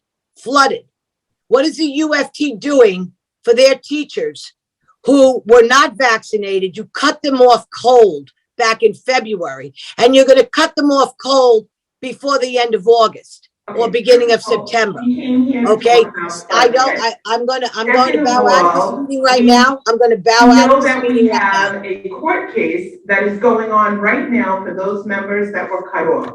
That has been going on. They've been receiving information about that. Our lawyers have been in touch with them. If they haven't, they should be contacting their district rep so that they can receive information. The UFT hasn't done a darn thing to help these good teachers, many who I employ now in my office, okay, that some of them were put in a hellhole in Maspeth. Why don't we meet? Why don't we meet? I'd love that. I would absolutely love that. I would absolutely love that. I'm more than happy to meet with you. But terrific. We're talking about the budget. Yes, we are talking about the budget right now in our schools in September and what that's going to look like. That's not a scare tactic. Well, no. When you come to my office, and it is August 3rd. I know you want to talk. Michaela is on this call. You will give all your information to Michaela, and Michaela will give it to me, and we will set up a date immediately. She is my scheduler. Michaela, okay? 917-796. Wait, drop it in the. Do you have anything here? I can't drop it in the chat. I'm live because I'm vaccinated. Oh. 917-796-1330. Michaela, you can just call me up anytime. Okay, so, sometimes I'd like to have an orderly meeting. And sometimes these discussions are because the reality is that we are here for the benefit of our students. That's right. And we want to maximize the education of our students. So I know it's an unpleasant discussion, but I'd like to, hopefully we can all come to a meeting where, we can make progress on this and for the benefit of our students, right? Right. Well, what we need to know, Joe. Councilmember Palladino, I understand the position of the UFT, but here as a representative of the parents in our district, we're here for the benefit of our students. So absolutely. The bottom line is we want to get someplace where we're going to maximize the education of our students, be it with class size, with additional school space, and with the teachers, right? So I hope that we can make progress with this, and thank both of you for your comments. I'm not sure if anyone else, maybe Dr. Dantona has a comment to make also. Okay, who else? Joanna. Okay. Yeah, sure. Thanks, Joe. I just want to say, and I noticed the comment in the chat just regards to district and how the district is supporting. So one of the things that I do want to say is we have just an amazing team of HR and budget who are really helping support our building leaders as they engage in this process every single year. Budgets come out and then it becomes what am I doing with the funds that we have? Which doesn't necessarily change on a year to year. So the amount of money that comes per kid, per student, remains the amount of money that comes per student, and then from that allocation goes from there is how do we then support the students that we have inside of our classrooms. So that allocation, that part of this puzzle still remains consistent on a year in, year out basis. So number of students that we have in our classes per capita, the schools are receiving the funds per capita for each of the kids that they have. And our building leaders and our budget and HR department do a really great job of organizing so that our kids' needs are met on a year in, year out basis. So I do want to make sure that I do share that, and also hopeful that over the coming years, I know that the lines were flat in terms of the amount of enrollment. I do hope that over the coming years, you know, our community is one where it's, you know, we have a very diverse community. Lots of families are consistently coming into our district. I think over the last 2 years, given the pandemic, there's been a little bit of a pause on that. You know, number of people that are traveling and making new homes in the area. So I am hopeful that that is going to wind up reversing itself. And if you look at the trend line that was on the chart that was shared by Reba, you know, it does show that downward trend, but then it also shows a little bit of a curve up, which I think is a little bit of an unpredictable curve. And I'm hopeful that it's going to result in our district maintaining, you know, the enrollment that we've been accustomed to across District 25. But I do want to shout out, you know, our building leaders and our budget staff, budget and HR staff, because they do a phenomenal job getting our kids and our students, you know, our kids in our schools ready to go for the start of the school year. Thank you, Dr. Deputy Dr. Michael Dentona. I think we have another hand raised. Was it Joanna Panagopoulos? Hi again. It's me again. Go ahead. So again, my name is Joanna Panagopoulos, and I am an educator at PS 242 here in District 25 for over 20 years. This would be my 22nd year. Just to speak on what Ms. Palladino spoke about the budget cuts. I know my school is a small school, and we are losing 5 amazing teachers. 4 of them have sent out their resumes and have, you know, gotten positions. I know that 2, I'm sorry, 2, and the others are still looking. So it is real. We are losing these amazing teachers. It is affecting, and it will impact our students.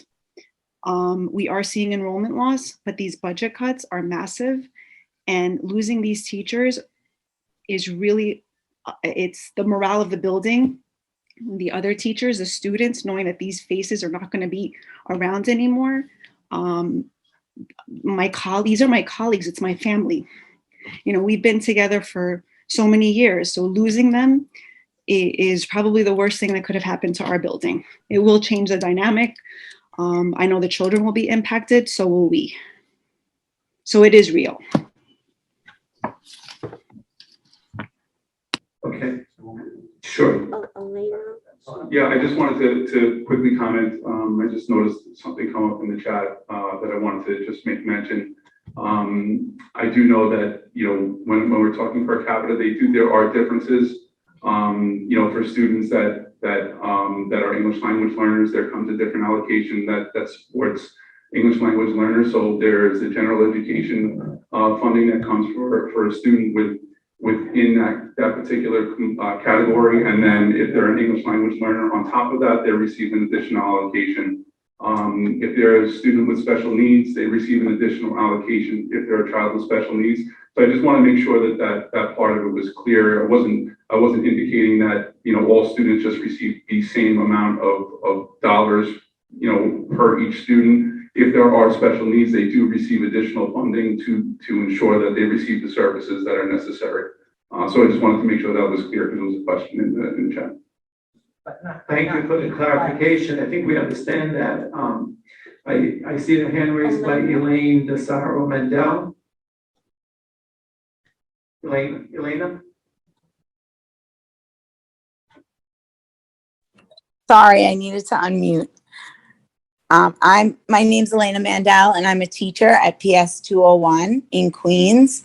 My school is losing almost $500,000 in funding this fall, and this means we will need to cut essential services to our students, like our UFT Teacher Center, our Dean of Students, and most importantly, 4 to 5 classroom teachers.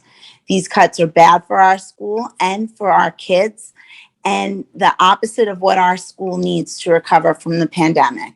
We want all of the CEC members to let Mayor Adams know these cuts need to be reversed as soon as possible, and we call on you guys to speak out against them. Thank you. Thank you, Elena. I'm reading a comment in the chat by Mr. Altman. The question is, where are the funds the DOE is receiving from the federal government and state government? That's an interesting question also. That's the question, right? if they say we have the funding, where's the money? And remember, even though, as Dr. Daytona said, even though the money follows the child, it doesn't follow the program. So you may only have one kid in a kindergarten that needs an ICT class, right?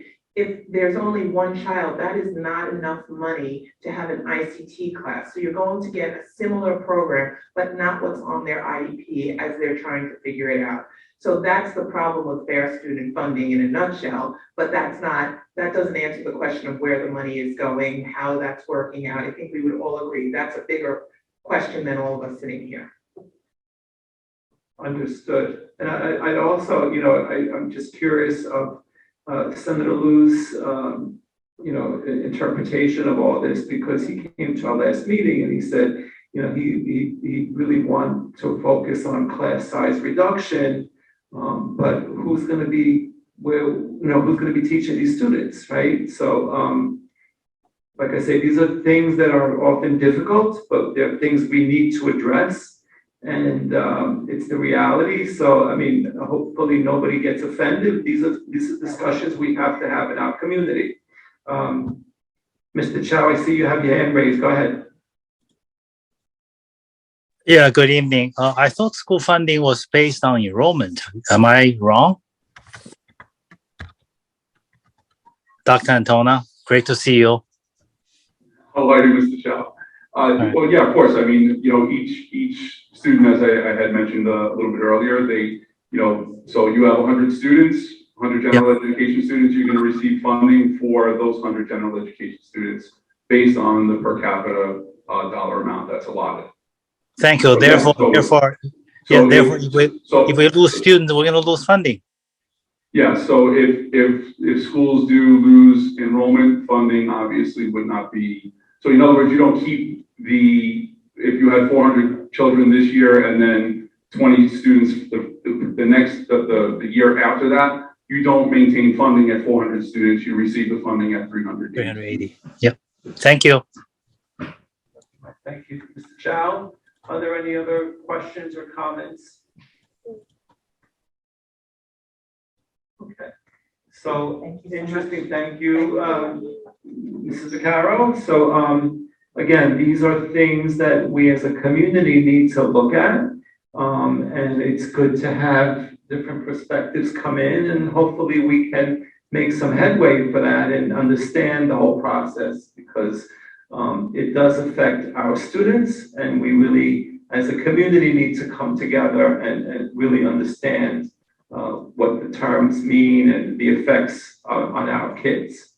Having said that, I'm going to ask Carly if we have anybody that's on our public speaking list. Not that I see.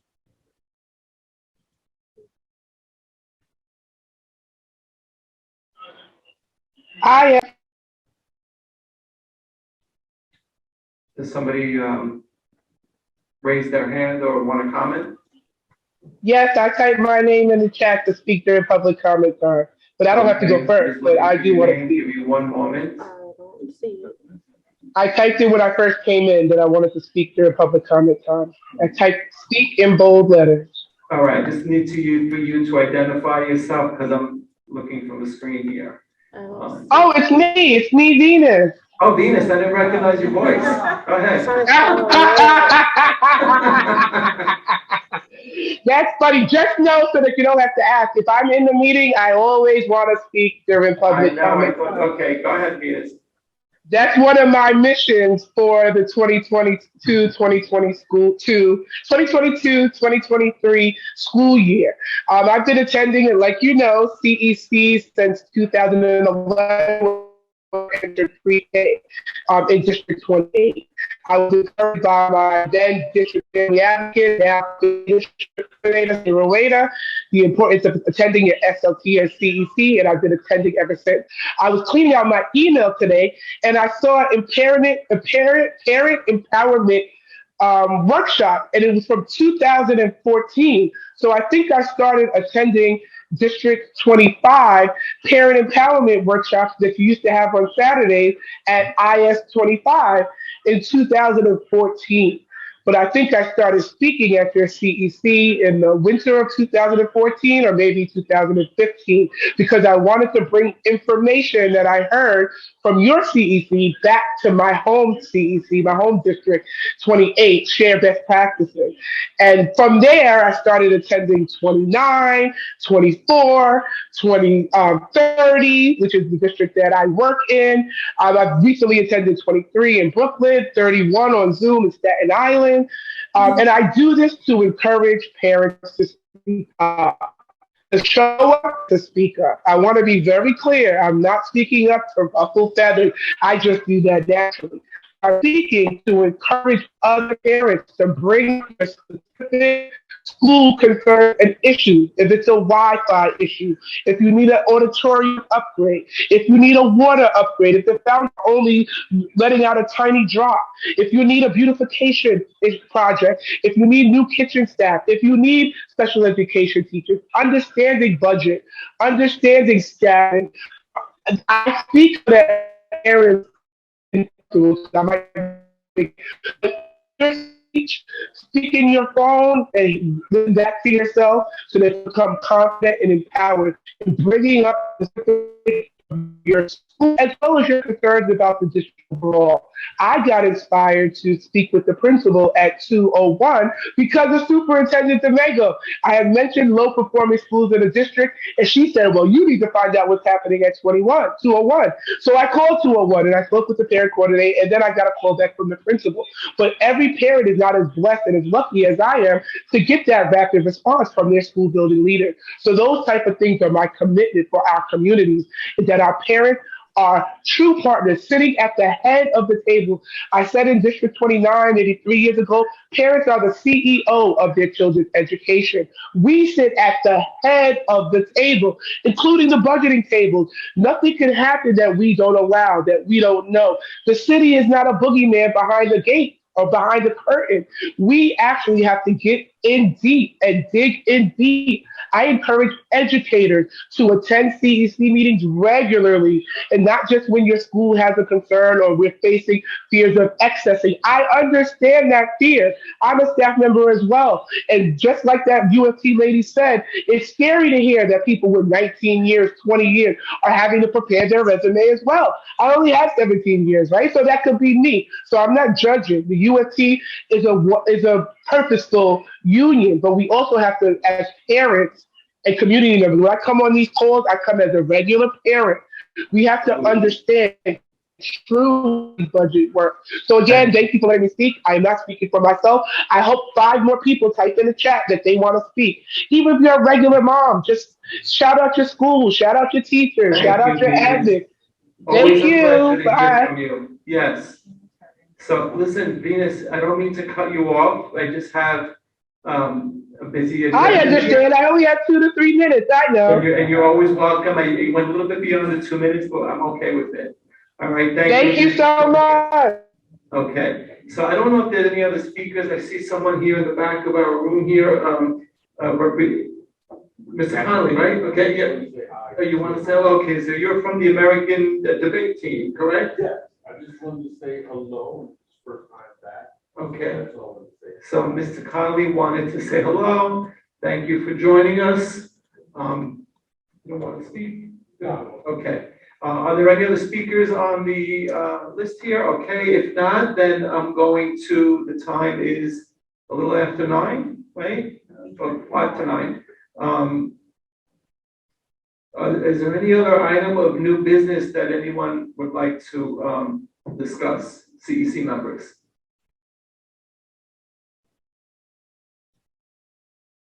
We have no report backs on any of our subcommittees. Anybody here? All right. So I know Michelle Frederick's back, right, Carly? So we do have quorum, but there's no resolution on the table right now, correct? Okay. So if that is it, then I will entertain any motions for adjournment. I look forward to, and so. Motion to We have a motion to I second motion to adjourn. I'll second it, and Anne-Marie. Our next meeting is scheduled for September 14th. It's not the first Wednesday in September because of the first day of school. So we look forward to seeing you here on September 14th. We're going to take a 5-minute break, and then we're going to jump into our business meeting, which hopefully will be brief. And I thank you, everybody, for attending this evening. Look forward to hearing about some progress about tonight's discussion. Thank you. Okay, go ahead. Okay, so we're back on.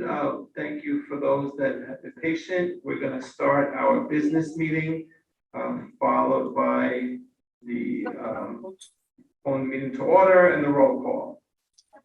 Joseph Di Benedetto. President. Wing Yu. Present. Anne Marie Knable. Present. Sung Young Lee is absent for this part of the meeting. Sana Tayeb is absent. Joseph Chow. Present. Michelle Frederick. Michelle. Present. Okay, and Rashmi Krishna is also absent. So we only have 5 members present right now, right? So we don't have quorum. We can talk briefly, about any items of new business, but we're not going to be able to vote on anything because we don't have quorum. Does anyone here have any item of new business that they'd like to bring up?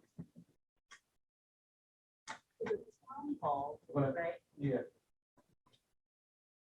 I will be attending the John New Town Hall on August 17th. If any other members like to join me, you have to register in order to attend.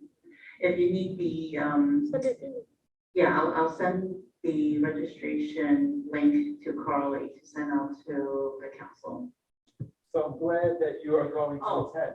Right. So also the other thing, if you can't attend, you're unable to attend, but you have questions, you can send the questions to me and I'll try to ask Senator Liu that evening.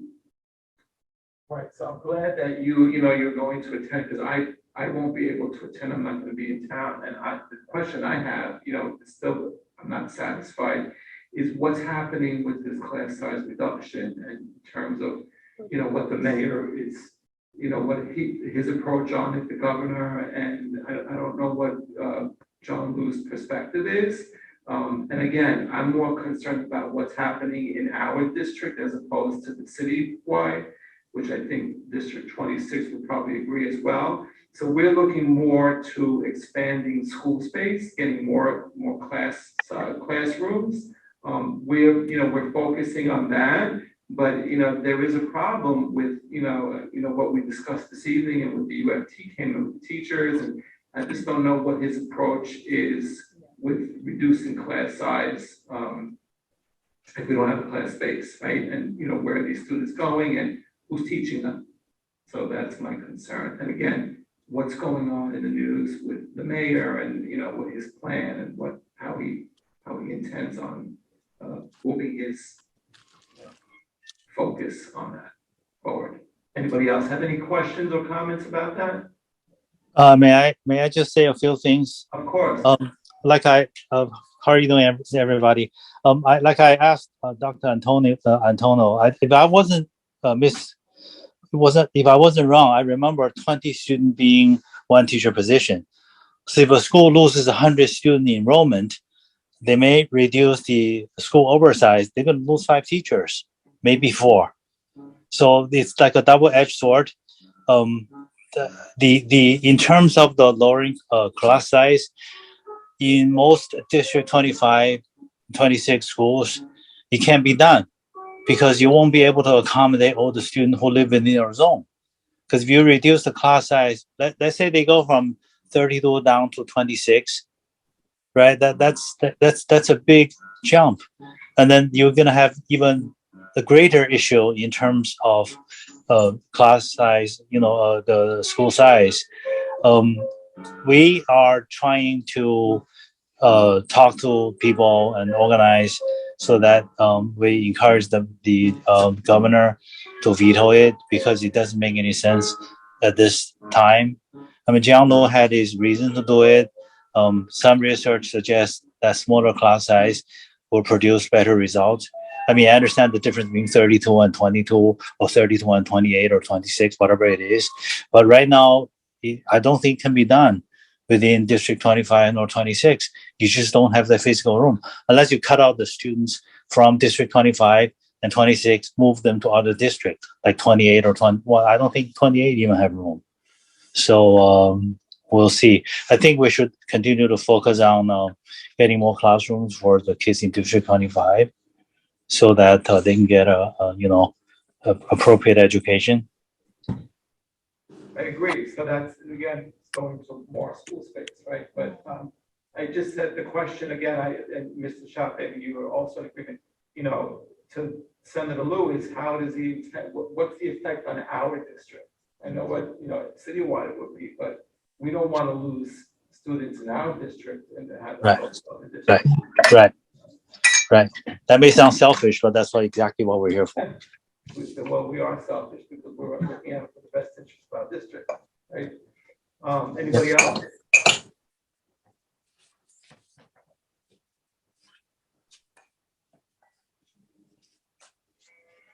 Okay, so the other thing that I don't know, so that's good that you're gonna go to that town hall. What happened? Oh, I just realized we need to approve the minutes. So are we in agreement that the minutes for our July meeting are approved?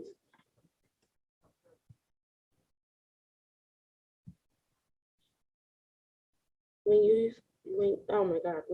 said motion to approve and. So, yeah, we can approve the minutes. We have consensus that the minutes are approved. I just reading the minutes, I just want you to understand, we never discussed the hybrid meeting resolution. I think because the governor extended the public meeting, the open meeting law. So it's tabled. I think it's still tabled because it's extended for what, September 15th, I believe? Yes. Juliana, are you here? We're still waiting to find out whether or not we will be extended after August 13th, after August 13th. It's August 13th. So we don't know if we're going to be called to all be back in September. I am. Right, so I think we should do it the way we did it last time. We intended on doing it last time. If the governor's extension is no longer granted, then we can have a special meeting about how we are to conduct our meetings. Right, but we would have to see what happens after August 13th, correct? That's right. Okay. We're paying attention.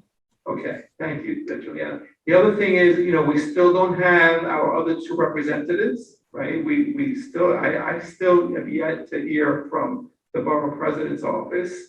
I know, I don't know, I think Juliana's tried, I think we've had Councilmember Ong's office tried. We still don't have our two appointed representatives, so we're still down to 8 members, right? And, fortunately, we've been getting quorum. Not right now, but there's nothing on the table. I know, Morris, you tried as well. I appreciate that. But we still don't have progress, and we're now starting the school year, right? And we are more than a year into our new term, and we still don't have borough-appointed representatives. And I know other districts have it, so I still question that. And I know that applications went in, so I really don't understand. I know we cannot force the borough president to appoint the representative, the people that have applied for the job, but I don't understand why there's no communication here. And maybe we should invite borough presidents to our next meeting. Probably if you can send an invitation, and maybe we can have them in person and we can talk about it then. Is that appropriate? Absolutely. Does everyone agree with me? So that's one option. If Carly, you don't mind getting in touch with Borough President Donovan. And then we also need our student representatives. I'm not sure if FACE had any applications for the student rep. We had a wonderful student rep last year, right? I know that the superintendent needs to interview them, but I'm not aware of any applications. No applications yet. Still early. So maybe we can, through Dr. Daytona, touch base with the schools and that's Superintendent Mango and putting out the, the request for student representatives. It's great for their resume. I mean, and it's a great experience. And we had, Catherine, who gave a lot of feedback and she made progress for her school, IS 25. So I think it's a good thing. Absolutely. And then 25. Yes. The D75. So she helped the D75 program, the World School of Journalism, and IS 25. So that's a good thing. And then I don't know if we have any other resolutions on the table. We did the resolution. I think that was submitted on the anti-hate crimes. I think we need to discuss high school enrollment because I'm getting, I'm not sure about anybody else, I'm getting a lot of calls from parents that are upset with the high school admissions because I don't think they really understood the changes with the in the program, and now they're upset about it. So maybe we can talk about preparing a resolution for next year with the enrollment numbers for high schools. Anything else? Council members that are not here, but here virtually?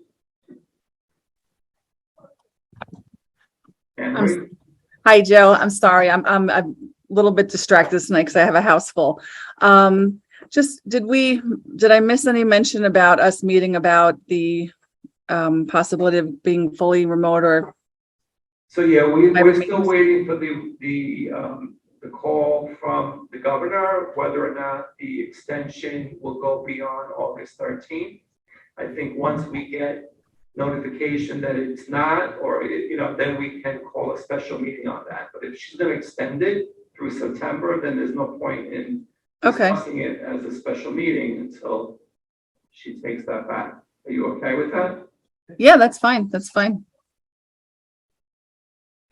Okay. Anything else? Motion to adjourn. Okay, so if nothing else, then we can adjourn the business meeting, and I look forward to seeing you guys next month. September 14th. It's now 9:12, and the meeting is adjourned. Thank you, everyone. Thank Take you. care, everyone. Good night. Enjoy the rest of your summer. Night. So thank you. Bye, everybody. Bye-bye. Bye. Thank you, guys. Bye. Bye, Lou. Bye, Joe. Thanks for having me. Thank Bye, you. Carly. Bye, Dr. D'Antona. Good night.